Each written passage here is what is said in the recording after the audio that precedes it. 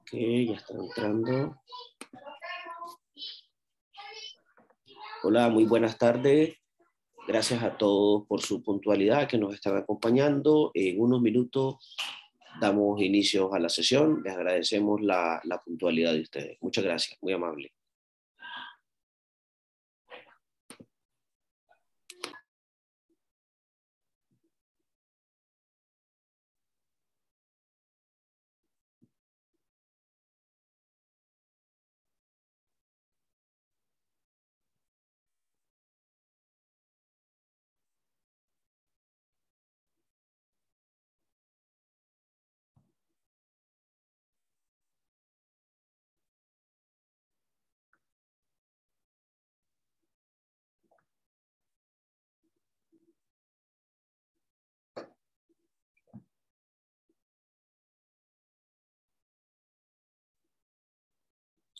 ¿Se me escucha?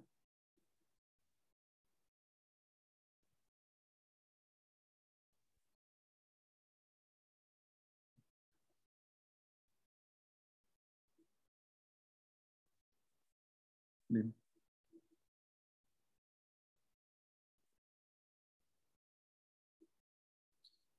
Dice cirugía en Chile, junto con lo que es endoscopia gastrointestinal y lo, en la Universidad de Chile.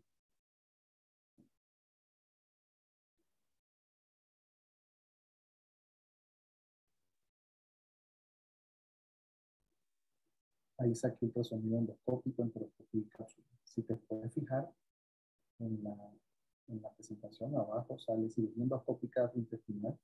Entonces, eso lo hice en Chile, por la Universidad de Chile. Y por la UNAM de México, los dos últimos, ultrasonido endoscópico y cápsula. Ahí en nutrición. Vamos. Hola, muchas gracias a ustedes que nos acompañan. Gracias por conectarse. En un minuto estamos iniciando. Muchas gracias.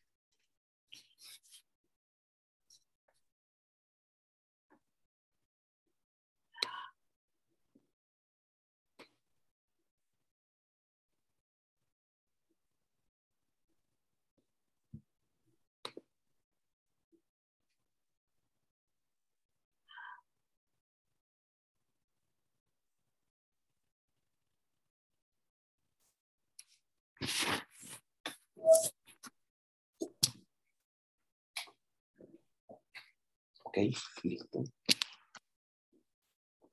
Bueno, muy buenas tardes. Gracias a todos y cada uno de ustedes por conectarse. Estamos en nuestra actividad habitual de educación médica continua del Hospital Vivian Pela. Les agradecemos la puntualidad y el espacio que tienen todos ustedes para este tema tan importante como es la indicación de el diagnóstico a través de cápsula de intestino delgado. Este tópico estará a cargo del doctor Milton Mairana. Él es médico general y cirujano de la Universidad Nacional Autónoma de Nicaragua y posteriormente realizó estudios de cirugía general y endoscopía gastrointestinal e intervencionista en la Universidad de Chile y posteriormente realiza ultrasonido endoscópico, enteroscopía y cápsula endoscópico en la Ciudad de México en el Instituto Nacional Salvador Subirán de dicha ciudad. Doctor Milton, muchas gracias por aceptar la invitación y te cedo la palabra. Adelante. Muy buenas tardes y gracias a ustedes por invitarme a compartir algunos conocimientos, ¿no?, que hemos adquirido a lo largo del tiempo de un tema que es bastante interesante, bastante apasionante, como lo es la patología de intestino delgado. Como ustedes bien saben, es un segmento que es poco conocido, poco estudiado, poco abordado y poco tratado, ¿no? Ahí podemos ver el hospital donde nosotros laboramos y llevamos a cabo estos procedimientos, ¿verdad? Y ahí podemos observar, bueno, el lugar donde hice mis estudios de posgrado en enteroscopía, cápsula y ultrasonido endoscópico, el Instituto Nacional de Ciencias Médicas y Nutrición, Salvador Subirán. Quería presentarles dos casitos clínicos rapidito para que vean la utilidad, ¿no?, de de esta modalidad diagnóstica. Tenemos una paciente femenina de mayor de 70 años con una anemia en estudio. Los exámenes de laboratorio indicaban eso.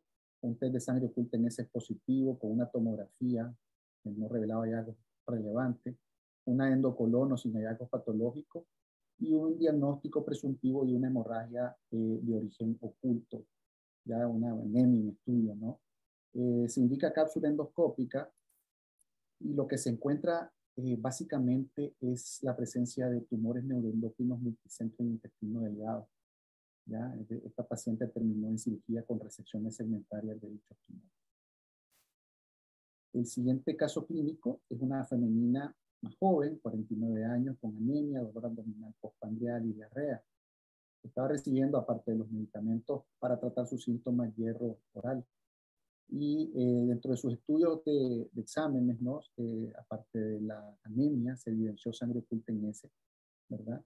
Pero esta salió negativa. La endocolono no reveló hallazgo patológico. Y las biopsias duodenales no mostraron atrofia.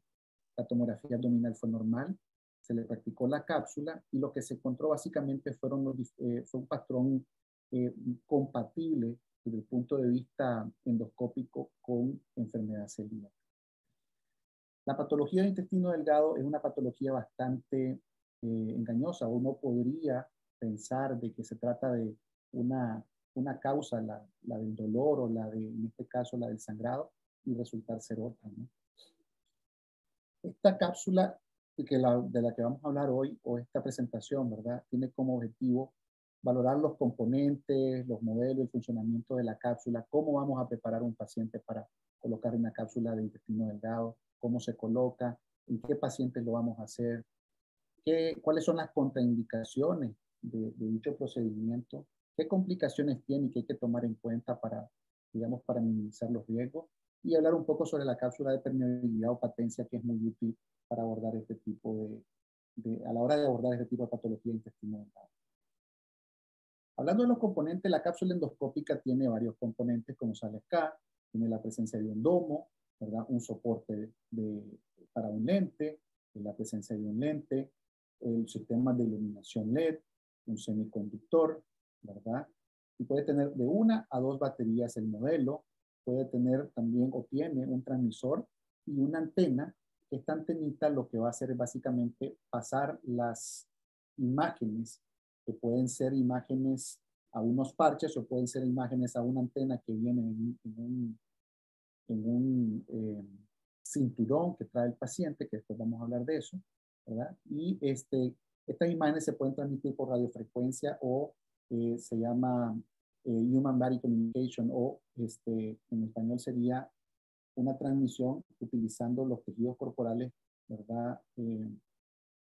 Fisiológicos, ¿no? La cuestión es que este es un dispositivo electrónico que más o menos viene siendo investigado de como de 1981-82. Un ingeniero, ¿verdad? En Israel fue el primero en empezar a trabajar para ese tiempo novedoso descubrimiento, y fue hasta más o menos el año 2000 que tiene la aprobación de la FDA, ¿verdad?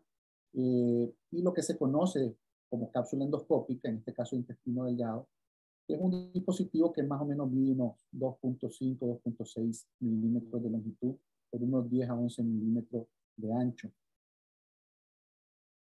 A partir de que sale la primera cápsula, que es la Pilcan, en el año 2000, en adelante han surgido 4 más, ¿verdad? Que son las que por lo menos dominan el mercado a nivel internacional. La original es la Pilcan, que fue hecha o inventada en Israel, y las otras han sido elaboradas tanto en Estados Unidos como en China.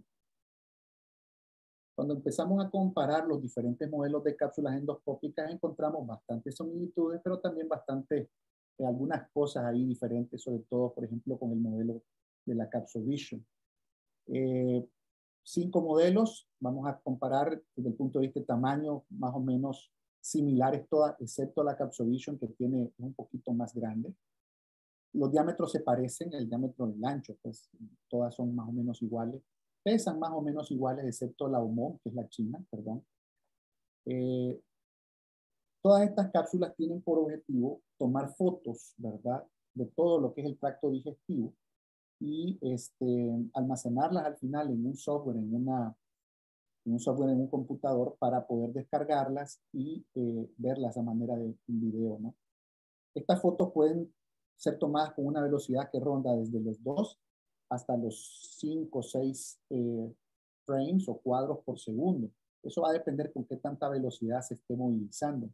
La que más toma, o una de las que más toma es la CapsuleVision a una razón de 3 a 5 fotos por segundo, ¿verdad? Por lente, generalmente tiene 2 lentes, ¿ya? Pero generalmente andan entre 2 hasta 5, 6 máximo fotos por segundo, la que toma cada, dependiendo del modelo, ¿no?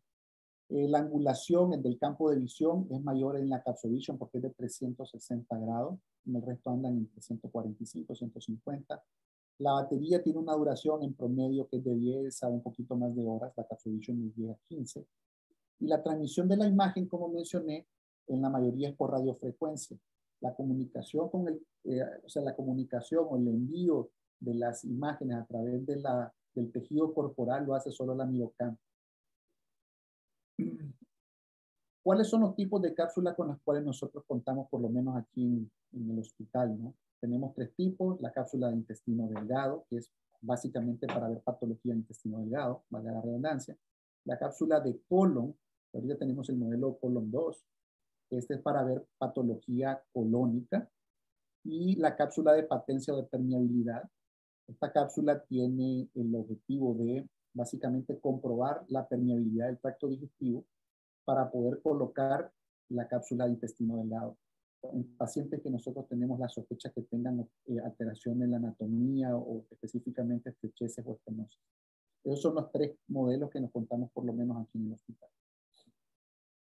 ¿Cuáles son los componentes de todo este set de tecnología, ¿no? Entonces tenemos en primer lugar la cápsula como tal que viene en esta cajita.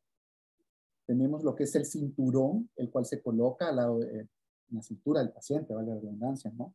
Este cinturón nos permite colocar, o es un cinturón que nos permite colocar cápsulas no solo de intestino delgado, sino también cápsulas de colon, lo cual lo hace único en el país.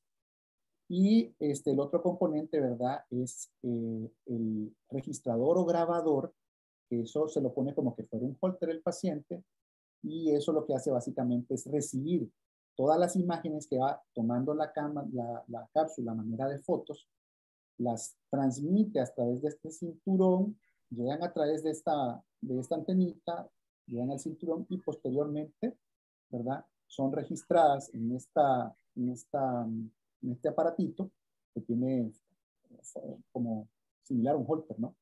Milton, discúlpame, Milton. ¿Podés subir el volumen de tu Mac? Casi no se escucha, por favor. ¿Aló? ¿Aló? Si podés subir un poquito el volumen, por favor. Un segundito, déjame ver, vamos a ver. Creo que tendría que dar escape de pronto para salir y luego. Dame un segundito. Sí, gracias. Voy a subir un poco más. Por favor.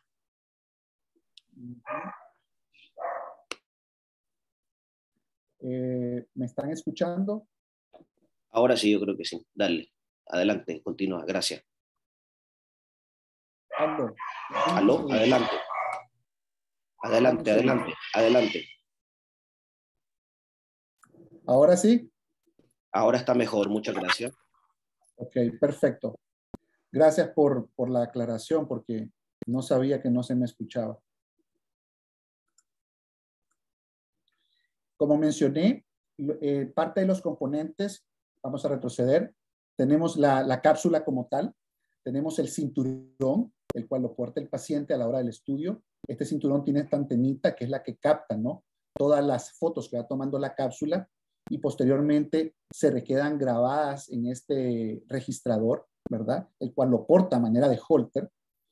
Y el otro componente que no porque sea por último tiene menos importancia, es pues el sistema, ¿no?, donde van al final a descargarse las imágenes. En este sentido es un software que ahorita tenemos que tiene el nombre del Rapid, por lo menos en el sistema PILCAM, que es de Given Image. En Israel es el que nosotros tenemos. Este es el Rapid9, es el último. Este software se encarga de almacenar y concentrar todas las imágenes y prepararlas para el análisis por parte del especialista. La preparación del paciente, pues, no es mayor cosa. Hay unas recomendaciones que valga la redundancia, es importante seguirla. Uno, hay que suspender el hierro oral por lo menos unos 5 días antes.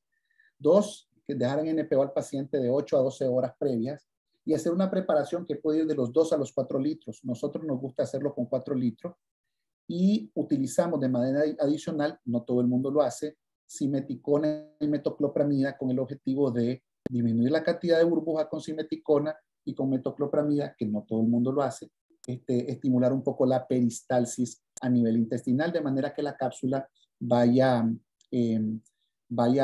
atravesando el intestino con mayor facilidad, ¿no? y velocidad en teoría. Perdón. Después de la colocación, una vez que el paciente se lo traga, lo que le pedimos al paciente es que se movilice, que pase caminando la mayor parte del tiempo. A las 2 horas le decimos que tome dieta líquida, a las 4 horas le decimos que tome dieta liviana y a partir de las 6, 8 horas le decimos que coma, ya de manera general. Quiero aclarar que este procedimiento es un procedimiento diagnóstico, ¿verdad? Es un procedimiento ambulatorio. El paciente en otros países usualmente viene al hospital, se prepara en su casa, viene preparado con el colon limpio, igual que una colonoscopía, se le coloca todo el aparataje, se le da la cápsula, el paciente se manda a su casa y se le pide que venga, si no en la noche del mismo día, al día siguiente en la mañana, cuando ya la batería caducó.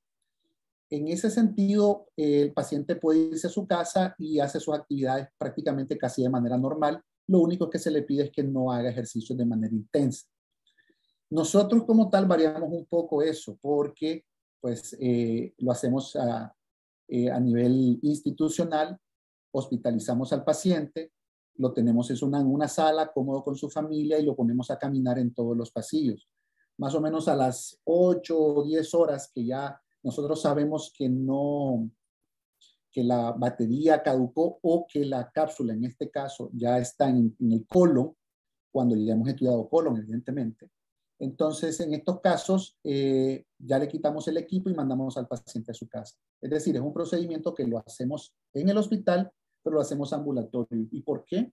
Básicamente porque queremos asegurarnos primero de que el paciente siga las recomendaciones. Segundo, es que no haya ningún problema con el equipo que, por ejemplo, que algún cable se zafe o algo por el estilo y que, digamos, entorpezca, ¿no? el estudio como tal. Y lo tercero es que el equipo no sufra daño, pues, porque entonces ya tendríamos un problema porque solo tenemos uno. Ahí una vez que sacamos la cápsula de la cajita, lo que hacemos es aparearla, es decir, que se sincronice con el registrador, ¿verdad? Van a ir diferentes lucecitas, se van a encender y cuando ya nos sale una imagen en el registrador, es que nosotros ya le pedimos a la paciente que la ingiera. Una vez que la paciente ingiere la cápsula, lo que vamos a empezar a ver es las imágenes, ¿verdad? En el registrador, ¿verdad? En tiempo real. Estas imágenes como tal nos van a decir en qué momento el paciente ya tiene su cápsula en colon. Eso es bastante sencillo identificar la anatomía del colon. Cuando ya la anatomía del colon se alcanzó, ya es un paciente, estamos hablando de que ya se le hizo estudios endoscópicos y fueron negativos, ¿no?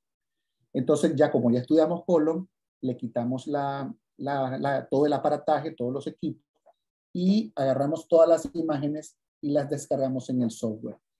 Cuando nosotros nos disponemos a leer las imágenes o a verlas en este caso, esto es lo que vamos a ver. Vamos a ver el paso de la cápsula a través de todos los segmentos, ¿no? En este caso que va desde el estómago hasta lo que es el colon en este caso, ¿verdad? Cuando le hemos quitado el aparato, una vez que llegó ahí, y ya podemos decir, ¿no?, de que estamos dispuestos a leerla. En términos generales, estos pacientes, una vez que se van a su casa, ya pueden seguir su vida normal prácticamente. Nosotros descargamos todas las fotos y una vez que nos dedicamos a verla, estamos hablando de que en promedio nos tardamos unas 2 a 3 horas ver un video que se hacen más o menos unas 10 horas, 11 horas, donde hay aproximadamente entre 150, a veces hasta 200.000 fotos en dependencia de cada caso, ¿no? Los expertos, cuando hablamos de gente que hace esto con demasiada frecuencia, estamos hablando de gente que lleva más de 500 cápsulas en su haber, que hacen todas las semanas en números así bien altos, pueden leer cápsulas en 30 minutos. Nosotros como tal, por lo menos yo me tomo mi tiempo, me tardo unas 2 horas, 3 horas, y me gusta siempre revisarlas, darles una segunda o una tercera revisada, ¿no? Por si algo pasó desapercibido. Siempre hay que recordarles que esto es bien delicado, porque cuando uno va a ver esto, tiene que estar concentrado 100%. Puede haber, por ejemplo, una lesión en una foto dentro de esas 100.000, 150.000 fotos, de manera que es un compromiso bastante importante y es una responsabilidad, porque dependiendo de este estudio es que vamos a tener un diagnóstico y por ende un tratamiento. ¿Cuáles son las indicaciones? Es decir, ¿qué tipo de paciente es un paciente candidato a este estudio? En primer lugar, aquel paciente que tiene una hemorragia digestiva oscura o evidente, pero que no sabemos el lugar de origen, es decir, de origen indeterminado. Es decir, un paciente ya sea con anemia o con un sangrado digestivo, ¿verdad? Con estudios endoscópicos negativos que nosotros sospechamos, pero no estamos seguros de qué parte del intestino delgado viene. La otra indicación es enfermedad de Crohn, diagnóstico, extensión, valoración de respuesta y seguimiento en pacientes con enfermedad de Crohn. Lo tercero es el diagnóstico, para hacer diagnóstico, extensión y seguimiento de pacientes con enfermedad celíaca. Otra indicación es pacientes con síndromes polipósicos, de los cuales los más relevantes son la poliposis adenomatosa familiar y lo que es el... Otra indicación es pacientes con sospecha clínico-radiológica de tumores de intestino delgado. Otra indicación es el síndrome de injerto contra Westphal, ¿verdad? Esos en pacientes que tienen trasplantes de médula ósea y que rechazan, ¿no? Este trasplante y van a tener síntomas en diferentes partes, el tracto digestivo uno de ellos, ¿verdad? Y para estudiar esto, la cápsula es el gold estándar. Otro de los pacientes es la evaluación de las complicaciones de la enteritis, del uso de AINES, es decir, la enteritis por AINES, ¿no? En la evaluación de esta entidad patológica. Y puse estas dos en rojizo, ¿no? Porque estas son como las menos frecuentes, son indicaciones un poco más relativas, en los pacientes con malabsorción intestinal y los pacientes con dolor abdominal de etiología no filiada. Es decir, aquel paciente, por ejemplo, en este último caso, que tiene un dolor abdominal que es persistente, que es crónico, que altera su calidad de vida, que puede o no estar necesariamente asociado a signos y síntomas de alarma, ¿verdad? Como anemia, pérdida de peso, etcétera, y con estudios imagenológicos y endoscópicos negativos. Solamente para más o menos graficar, la hemorragia digestiva ya saben que puede ser oculta o puede ser visible. La oculta, bueno, son lesiones que pueden producir sangrados microscópicos, pero que son crónicos y persistentes, que eso lo que hace es anemizar un paciente. Ya ese paciente va a estudios endoscópicos, los estudios endoscópicos pueden resultar negativos y si eso es así hay que hacerle cápsula. Luego lo mismo, puede ser una hemorragia visible, el paciente acude a emergencia, ¿verdad? Con un sangrado, en este caso bajo. Se le hace endoscopía, colonoscopía. En la colono evidentemente hay sangre, en el endosco generalmente no se encuentra nada, pero esa sangre viene ya desde el ciego y a veces incluso se ve como coágulos o sangre roja o oscura pueden venir desde la válvula ileocecal hacia el ciego. Entonces eso evidentemente hace suponer que viene intestino delgado y son pacientes que son candidatos a cápsula. Las causas de hemorragia digestiva ustedes las conocen bien, ¿no? Van desde angiodisplasias o angiectasias, que también se conocen con ese nombre, que pueden ser únicas, pueden ser múltiples, pueden estar en yeyuno, pueden estar en hilio, ¿verdad?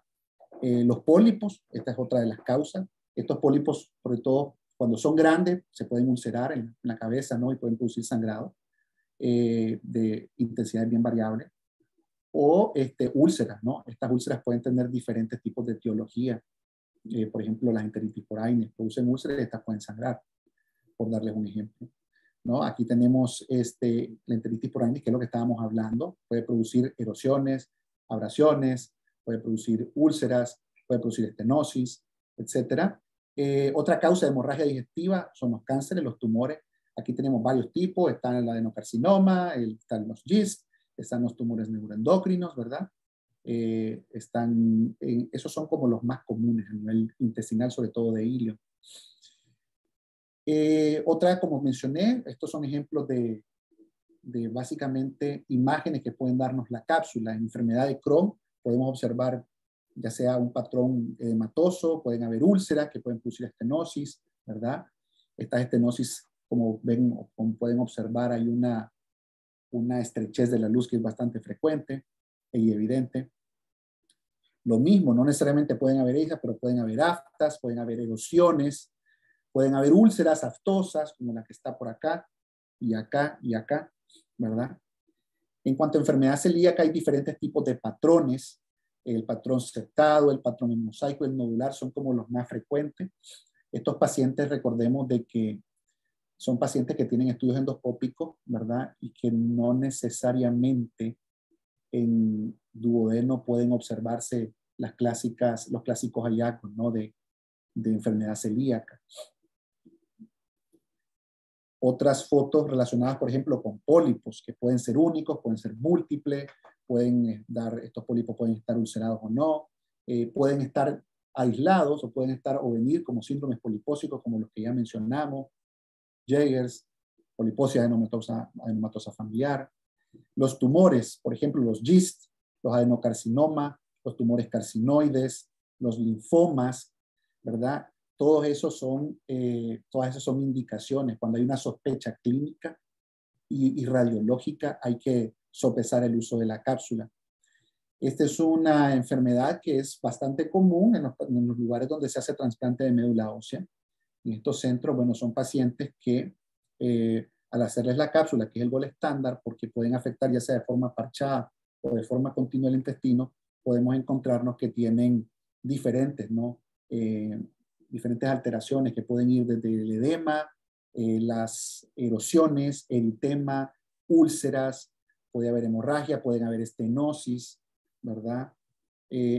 Esto básicamente, como les dije, es el rechazo al trasplante de médula ósea que hacen los pacientes cuando se les practica con el fondo de una patología maligna a nivel hematológico, ¿no? Y esto lo dejé para el final, pero no es menos importante, es el dolor abdominal de etiología no afiliada. Hay un porcentaje no menor de pacientes, como les dije, dolor abdominal crónico, es un dolor difuso central, ¿verdad? Muchas veces interpretado como síndrome de colon irritable o cualquiera de estas patologías funcionales, y que de fondo al final pueden tener un tumor, puede ser una enfermedad de Crohn, pueden tener una enteropatía por Aines o incluso hasta enfermedades como menos frecuentes como una tuberculosis. Y todo eso es causa de dolor abdominal de etiología no afiliada, donde todos los laboratorios, o por lo menos la mayoría, imágenes y estudios endoscópicos alto y bajo resultaron en su momento negativos.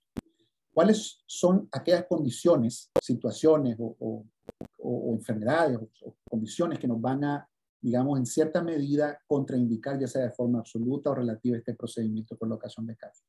Primero es, evidentemente, que no exista permeabilidad en el tracto digestivo, en este caso medio, intestino delgado.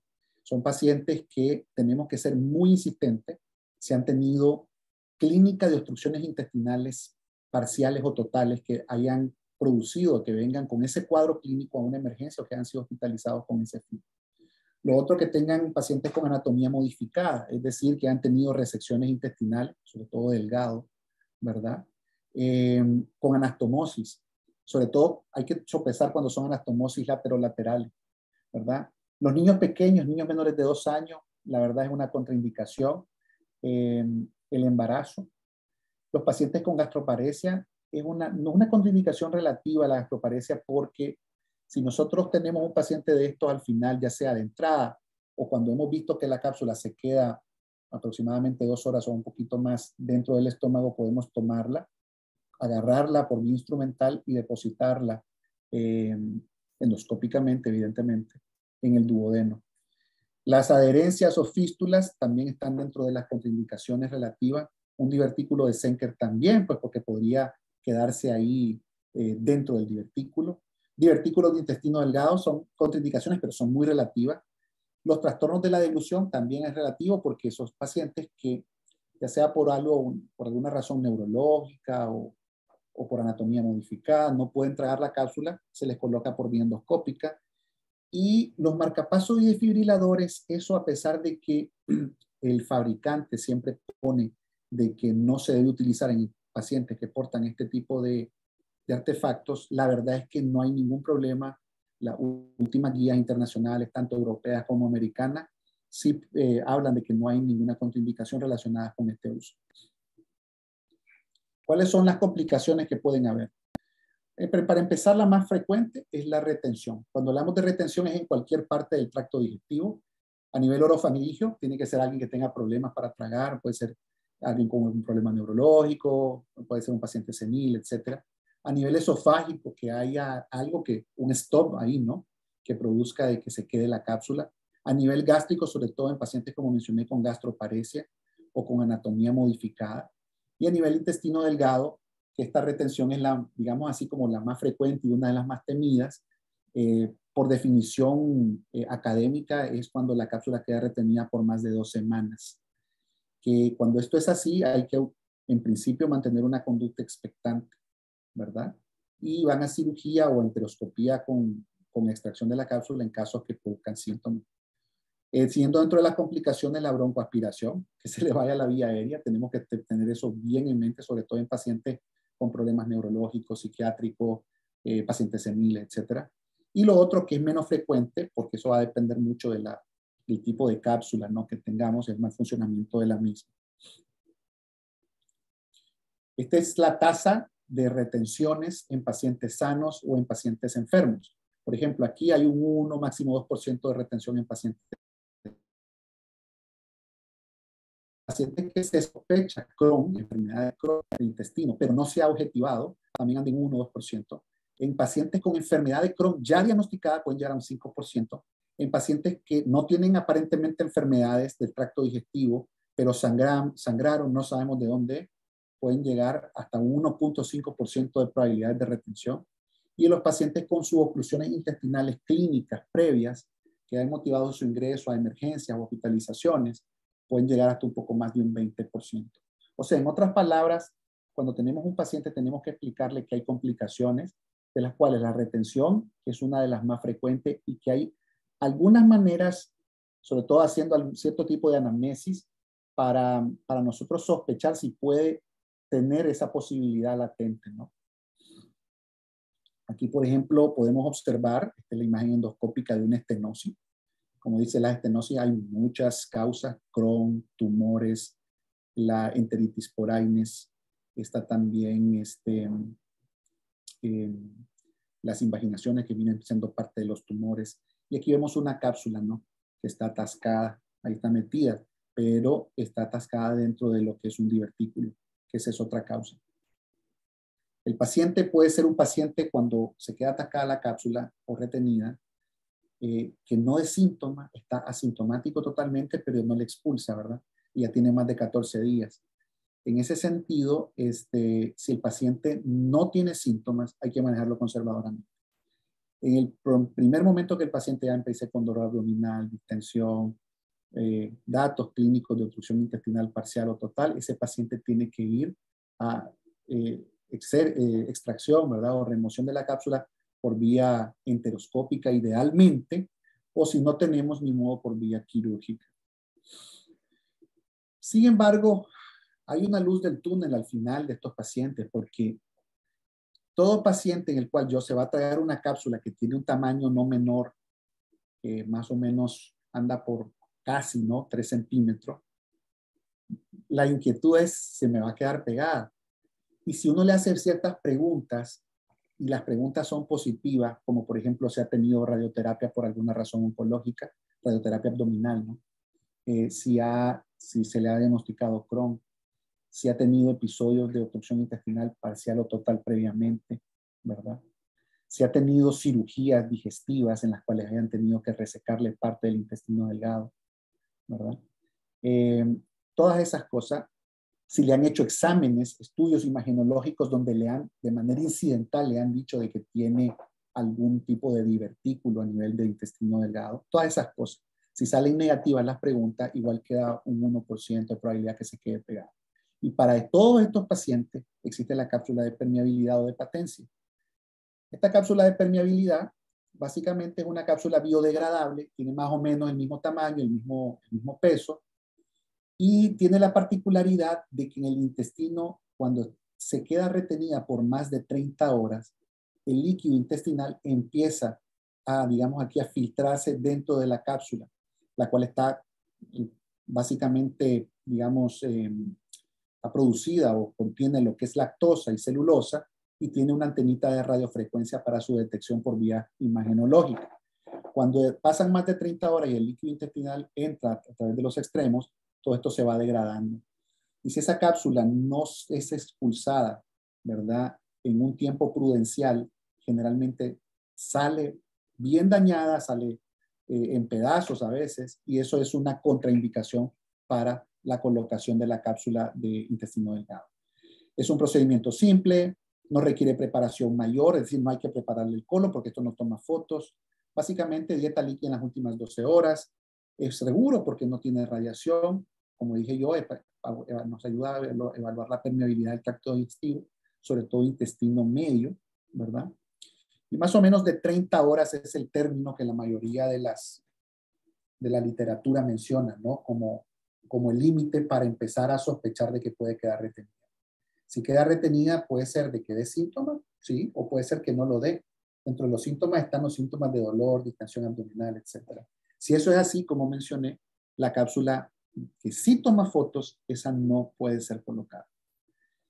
Como ya mencioné, hay diferentes causas de estenosis y esta cápsula está, digamos, diseñada básicamente para decirnos si el paciente está en condiciones que nosotros le pongamos la cápsula de intestino delgado original. Estas estenosis pueden estar producidas ya sea por Crohn, AINES, radioterapia, enteropatía isquémica, tumores, pólipos, etc.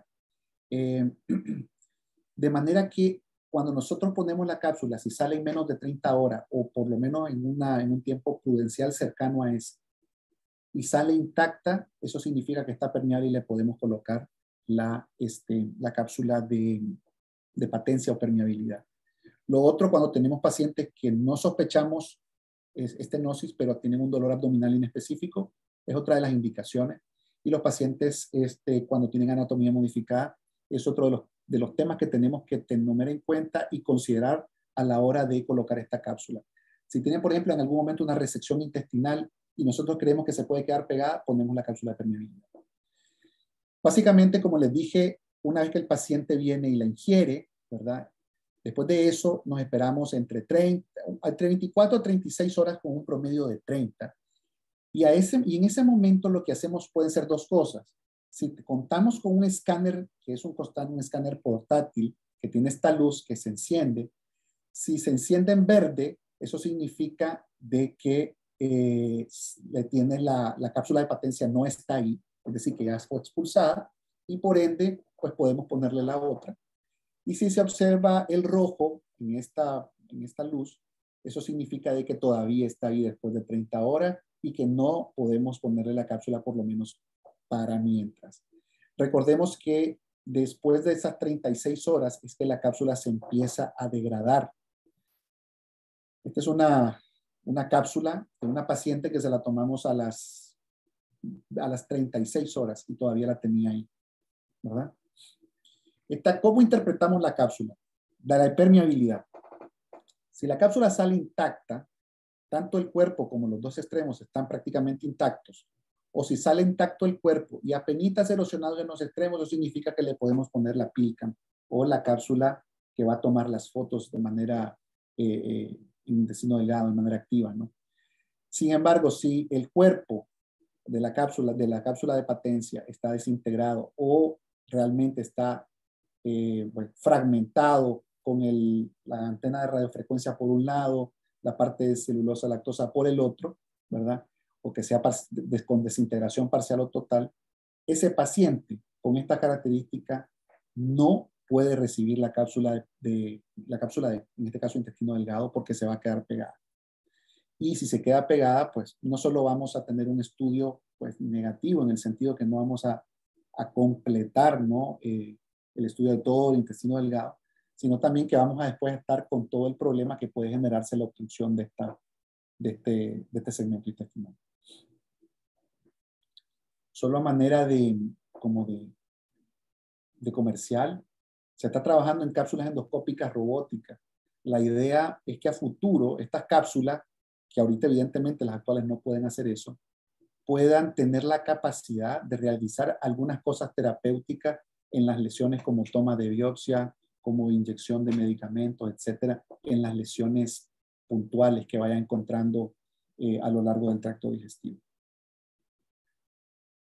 Como conclusión, la cápsula endoscópica es un estudio no invasivo diagnóstico, esto no es terapéutico, que nos permite determinar, ¿verdad?, o estudiar el intestino delgado.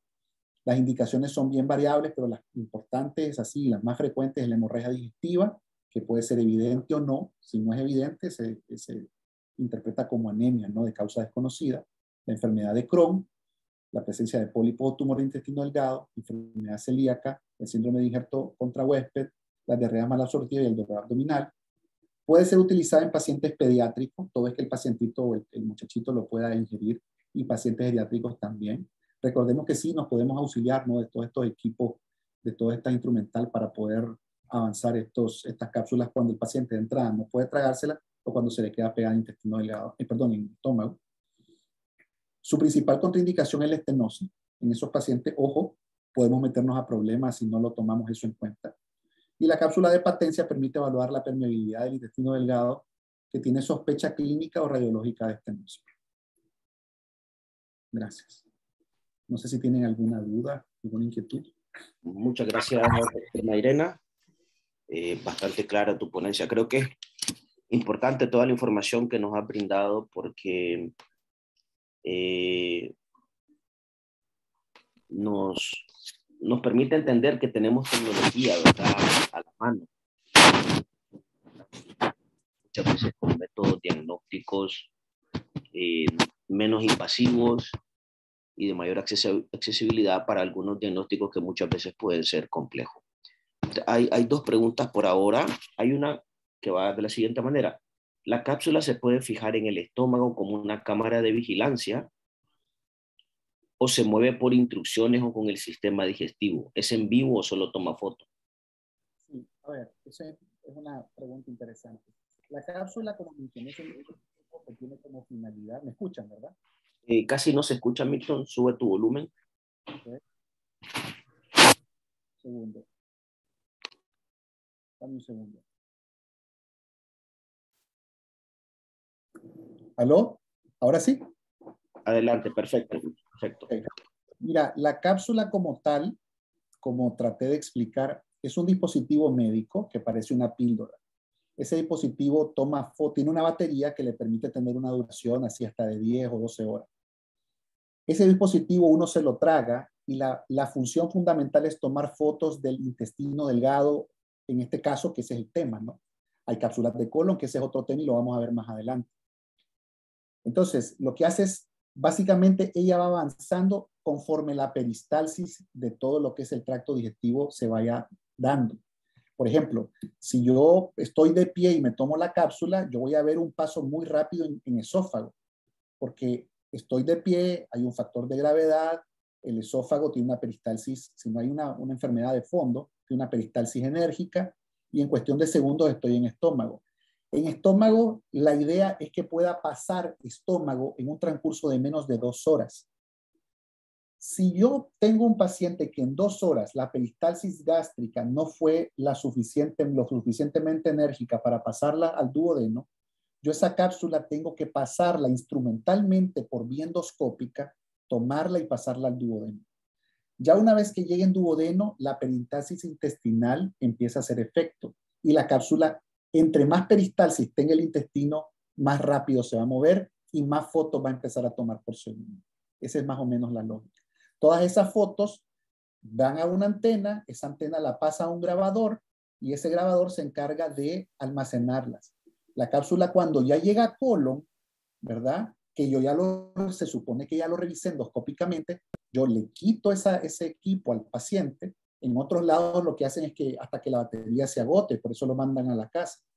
Pero bueno, sea de una manera u otra, cuando yo ya tengo, como lo hago yo acá, ya está en colon, le quito el equipo al paciente y ya me encargo de descargar las fotos en el software para posteriormente analizarlas. Ok, una pregunta en esa misma línea. ¿Cómo sabes que pasó de estómago a duodeno? ¿Haces una radiografía entonces? No, te voy a mostrar una imagen acá donde nosotros nos damos cuenta. Esta pantalla que sale acá, ¿la ven? Sí, sí, adelante. Ok, esta pantalla, cuando yo saco la cápsula cuando yo tengo la cápsula, abro la caja, esa cápsula digámoslo así, como que se sincroniza con ese grabador y ya se activa la cápsula y ya empieza a tomar fotos desde ahí. Yo desde que la tengo en la caja abierta y que la tomo, ya empieza a tomar fotos y ya puedo ver las fotos, ¿verdad? Tomándose dentro del registrador. Cuando el paciente se lo va a tomar, nosotros por lo menos yo siempre le pido que se ponga la cápsula de frente para verle la cara al paciente en el video, ¿ya? Es más para evitar, digamos, que se confundan estudios entre pacientes, ya sabes. Entonces, se traga el paciente la cápsula y como ya viene tomando fotos que se van viendo en tiempo real en esa pantallita, yo en ese momento es que vos vas viendo por dónde va pasando. Vos ves un paso rápido por esófago. Cuando esté en estómago, las características son los pliegues gástricos, el píloro, todo eso se ve súper bien. Y ya cuando está en intestino delgado, ya te das cuenta que dónde estás. Pues ya sé, incluso te puedes dar cuenta si está en yeyuno o está en ilion. Te puedes dar cuenta si está en ilion o está en ilion proximal o si está en ilion terminal. Te puedes dar cuenta por las características anatómicas si está en la válvula iliocecal o cercano o si está en colon, ¿verdad? Todo eso lo ves de manera, digamos, en tiempo real. Ok. Ahora, supongo sucede lo mismo con la anatomía del colon. Cuando dices, luego yo la retiro, entonces al paciente le haces una colonoscopía, supongo. Pues así, O, o la estimula a través de algún medicamento para que le expulse más rápido. mira, estos pacientes generalmente son pacientes que ya están estudiados desde el punto de vista endoscópico, ¿verdad? Y que nuestro objetivo es estudiar intestino delgado. Son pacientes que tienen laboratorio, imágenes, y ya tienen una endocolono o más endocolonos en su haber.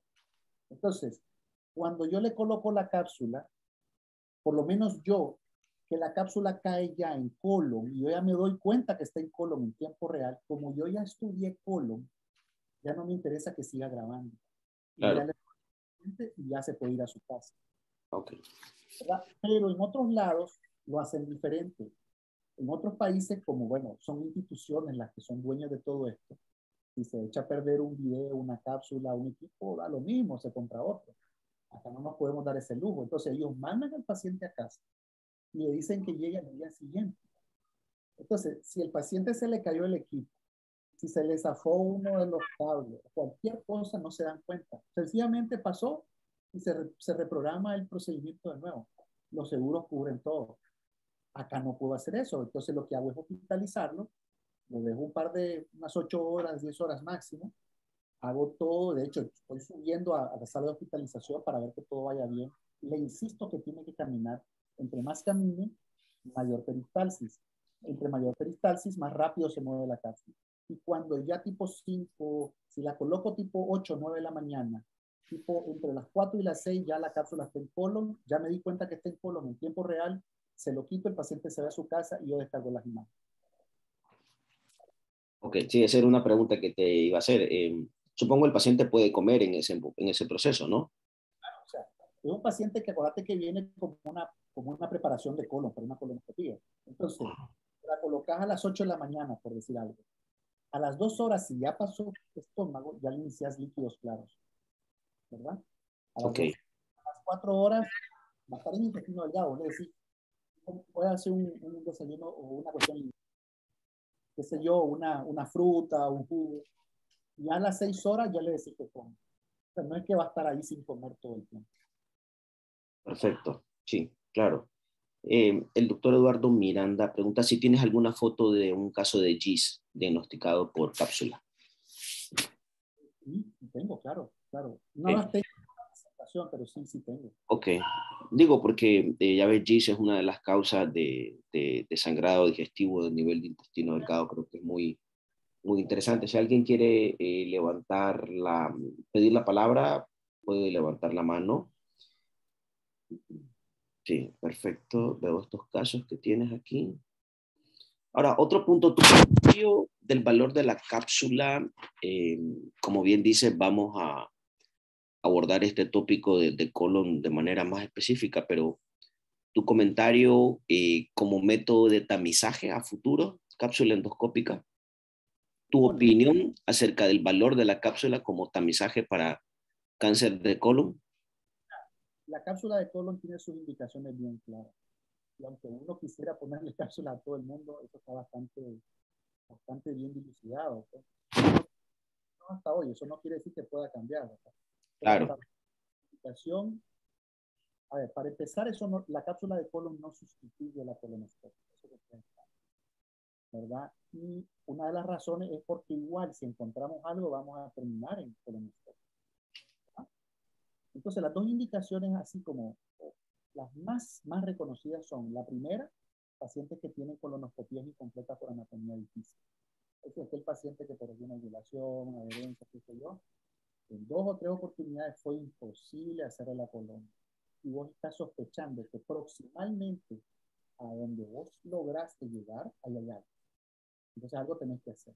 Y la cápsula de colon es ideal para eso. Y la otra indicación, ¿verdad? Son los pacientes que tienen contraindicaciones médicas para la anestesia. Entonces, esos pacientes, vos decís, tiene algo, sospechamos que puede ser un tumor, que se pero si le hacemos la colono, se nos puede deprimir, hay mucho problema ahí, una cápsula de colon. La tercera indicación, que evidentemente es mucho más relativa, y ya eso es una cuestión de aquellos pacientes que tienen los medios y que no quieren hacerse la colon. Y dicen, mira, hacémela. Y si yo, pues si sale algo, pues me hago la colon, si no, no. Pero no sustituye, ojo, ojo. ok, perfecto. Bueno, por ahora, Este es un GIST. ¿cuál es el GIS? Perdón. Ahí está. Ahí está, perfecto. Ok, excelente. Bueno, no tenemos más preguntas. ¿Alguna otra pregunta? Sí. Bueno, doctor Mairena, muchísimas gracias. No sé si tienes algún comentario final. Bueno, primero agradecerte por la oportunidad. Yo creo que, a ver. Oh, perdón, Milton, perdón. Cuando hay una diapo, tenía otra pregunta. Hay una diapo que presenta donde da las características de las diferentes cápsulas. Correcto, y sin ánimos de fines comerciales ni mucho menos, ¿verdad? Um, Pareciera ser que la de 31 milímetros capta más imágenes, ¿no? Eh, Mira, eh, ¿De qué depende utilizar? Desconozco si tenemos todas estas cápsulas en el mercado nacional. Eh, ¿Qué ventaja, desventaja podría tener esto a la hora de la indicación? Y entre más fotos, supongo, la sensibilidad del estudio debería de ser mayor. el rendimiento diagnóstico es mayor. Mira, la primera que salió al mercado es la Pilcan, SB3. Esa es Viewing Imaging, el fabricante. Fueron los primeros, los que se contactaron con el inventor, son de Israel, y es como decirte el Mercedes-Benz, ¿verdad? Que son hechos por Medtronic, ¿no? Esta es como la que tenemos aquí en Nicaragua. La tenemos acá, la tenemos en otra institución también. Solo en estos dos lados se hacen cápsulas de intestino delgado y se hacen con Pilcan, SB3. SB3 es el modelo, es decir, el 3 es como el último modelo que hay. Pero la marca es, el modelo es Pilcan y el modelo SB3 es el último que salió. Casi no se escucha nuevamente tu volumen. Es que se mueve el micrófono, no sé por qué. Listo. El mouse se mueve. Entonces, como te mencionaba, Las que tenemos en Nicaragua son las de la empresa Medtronic, las Pilcam SB3 para intestino delgado. Ese es el modelo como estándar y uno de los más conocidos a nivel mundial. La CapsoCam tiene varias ventajas, la velocidad con que toma fotos, los 360 grados, sin lugar a duda, tiene más probabilidades de tomar una foto en un ángulo que en otras que tienen menos ángulo para tomarlas, ¿no? Y que salga una lesión. Tiene más batería, tiene varias cosas. Yo nunca he utilizado CapsoCam. He utilizado OMOM, que es como es la china, la versión china de todas estas, ¿no? He utilizado Milcam y he utilizado Pilcam. De estas tres, la Pilcam es la que tiene mejor, el software es mejor, es más amigable, tiene varias funciones que te permiten laborar de una manera bastante cómoda. Por ejemplo, pacientes con enfermedad de Crohn, hay todo un software, dentro del software general, hay un software específico para enfermedad de Crohn, te permite hacer cromoendoscopía de las lesiones. Sí. O sea, te permite una serie de cosas. Esta, en teoría, tiene sus ventajas. Yo nunca lo he utilizado, pero sí te puedo decir que hay una desventaja, que es relativa, porque es una tontera, pero para mucha gente, a la hora de la práctica, es como incómoda o engorrosa. Esta CapsoCam es la única del mercado. ¿Me estás escuchando? Sí, adelante, adelante. CapsoCam es la única del mercado donde una vez que el paciente defeca, la cápsula tiene que ir por ella. ¿Ya? Es decir, el aparato, el sistema te trae una cuestión donde vos defecás la cápsula y tenés que ir a buscarla entre las heces, lavarla bien y llevársela al médico. El médico la pone en un aparato y descarga las imágenes. Eso solo es con esta CapsoCam. Las otras 4, te tomas la cápsula toma las fotos, ya vamos a suponerse la batería se acabó, lo que sea, todas esas fotos se almacenaron y la cápsula se defecta y se pierde. ¿Ya? O sea, igual que la otra, se pierde, pero no tenés que ir a buscarla. Imagínate que yo he tenido pacientes que me mandan la cápsula, que es la que nosotros ponemos, que es la Pilcam, en el inodoro tomando fotos todavía, así, con flash. Y son cositas así, bien bizarras, si vos querés. Pero me mandan el videito, doctor, ya la expulsé. Ok, perfecto, ¿no? Eso es importante, supongo. Excelente, doctor Mairena. Esa era mi pregunta final. ¿Tu comentario para concluir, por favor? Mira, si bien es cierto la patología de intestino delgado no es la más frecuente, siempre mantengan o tengan ahí un espacio en sus mentes de que un paciente, ya sea por sangrado, por estas enfermedades que mencioné, Crohn, enfermedad celíaca, dolor abdominal de etiología no afiliada, es un paciente potencialmente candidato a cápsula. La estamos haciendo. No somos muchos la gente que estamos animados con este tema, pero sí es un tema apasionante. Sepan de que también tenemos, aparte de esta cápsula, tenemos 2 más, la de colon, con las indicaciones que ya mencioné, y vamos a hacer una charlita al respecto. La cápsula de permeabilidad, que esa es la que básicamente ponemos con el objetivo de estar tranquilos de que las otras 2 no se van a quedar pegadas. Perfecto. Doctor Mairena, muchas gracias. Muchas gracias a todos y cada uno de ustedes, colegas, que se han conectado. Esta plática en los próximos días estará en nuestro canal de YouTube para que pueda ser vista o compartida de parte de ustedes. Te felicito, creo que como bien dices es un tema apasionante. Lo importante, como suelo siempre comentar con mis residentes, es tenemos que estar enterados de todas las novedades que hay, porque siempre hay un paciente que va a requerir de esta novedad y lo más importante es cuando la tienes accesible, como es la cápsula para nuestros pacientes en Nicaragua. Muchas gracias, doctor Mairena. Buenas noches a todos y cada uno de ustedes. Gracias.